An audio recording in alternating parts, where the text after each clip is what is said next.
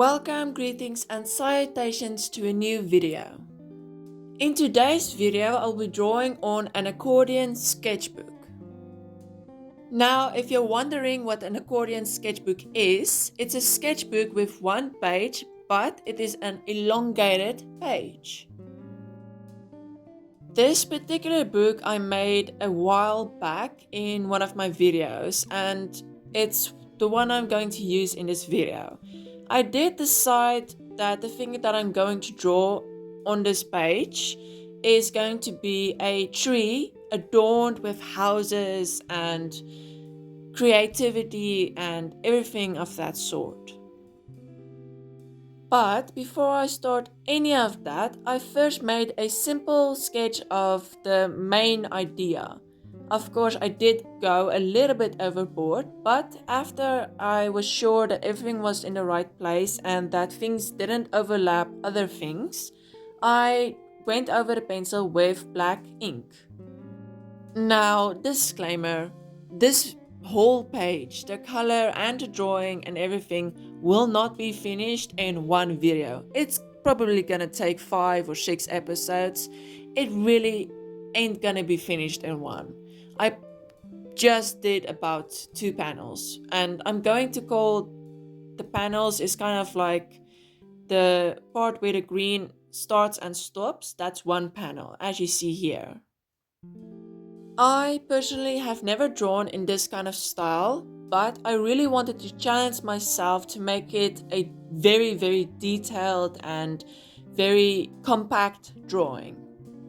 And I will say, without color, it's quite hard to see what is what. You can't see the difference between grass and rocks, even though they are complete opposites in real life. One thing I will say is, in this video I do put a little bit of color in it, just in the first panel, but I was so scared to do that because if you are an artist, you know, if you like the line art and you love the drawing and it's traditional art, or drawing with a hand and not on a digital thing like a tablet or a phone, you know that the color can either make it or ruin it. There's no in between. And adding color is usually, you can't erase it or anything like that, especially as I'm using in this video markers. You can't erase that at all. So if you do something wrong, if you go over the line, it's kind of gonna have to be part of the drawing. So I was very scared to add color, but I am very glad that I did. And hey, it's sometimes good to take a risk. I know for artists it's quite hard to take a risk, especially if you have put a lot of time into something. I know it's sadly how it is, but taking a risk is very rewarding, especially if it comes out good. As you see here, a lot of the line art I didn't record. It's mostly because I was quite busy with schoolwork, and some of the work that I had to do by school was done early, so I had a lot of time by school and not at home to do art. So I kind of did some of it at school, but we aren't allowed to record in school, so it kind of just appeared. Voila, magic. As I've said before, I really want to try and make this drawing as detailed as I can make it. So I did decide for every building there's going to be a story behind it, or a person living there. After this drawing is done, I will probably have a big video explaining every person that lives in every house and the use for that house. But in every video before the drawing is done, I'm going to give just a quick explanation of every house. In the first house, aka the round one with a telescope on the roof, you can probably guess who's living there or their job. The person living there is an astronomer. The next house is the one that is a bit blockish. If you look close, you will see that a piece of it is missing. The person, or rather the creature that lives there, wink wink, is a creature that likes to be alone. He's a very shy creature. To scare everyone away, he put warning signs any place that he could. But if you look closely, you'll see that he isn't as mean or grumpy as everyone says. The third house is a bit tucked away behind the tree trunk, but that is actually the entrance to the tree trunk. As this video and other videos will progress, I will add more houses to the tree and more lore or characters in this little page and in this story. If you have any suggestions to creatures or houses or any object that you would like to see in this drawing, you can tell me in the comments and I'll see if I can add it somewhere. But let's talk a bit about the colors that I chose. I really wanted to make this drawing look a bit lively and make sure that you can see the difference between everything. For example, the difference between the stairs and the rocks, or the houses and the trees, and so on. That is why I chose colors that are a bit more vibrant than it would be in real life.